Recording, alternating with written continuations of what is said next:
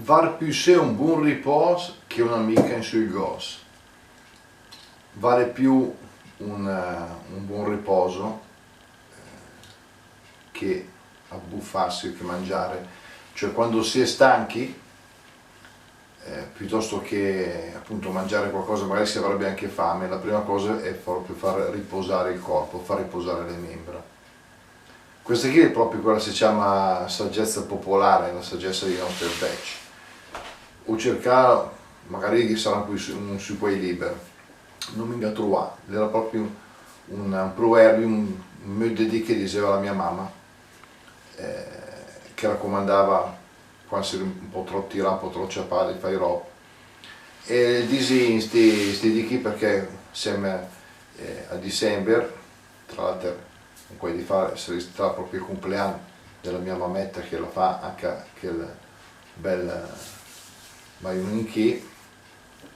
e siccome siamo all'ultimo dell'anno che tanti rode metaposti di sistema sicuro di chiederà e allora sia per lavorare sia per la termiste e tanti volte arriva proprio tu ciapato, tu tira, strac alla sera o anche magari del dì, ecco magari oltre che dormire di notte magari un visurin dopo di sna o quei momenti di sosta, di sosto di siesta per dire appunto in spagnolo, ecco, anche perché le domeniche, le dì del riposo, mica del fanagote, del riposo, del requia, per chi vorrà andare, per chi crede va messa o se sta in casa, con i propri cari, con i sua gente, con la gente che fa qualcosa più sequiet, ecco però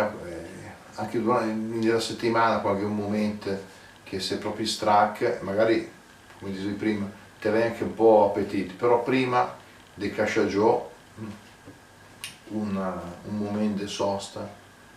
di quiete, di tranquillità, var più se un buon riposo che un'amica in sui gos. Ciao a tutti!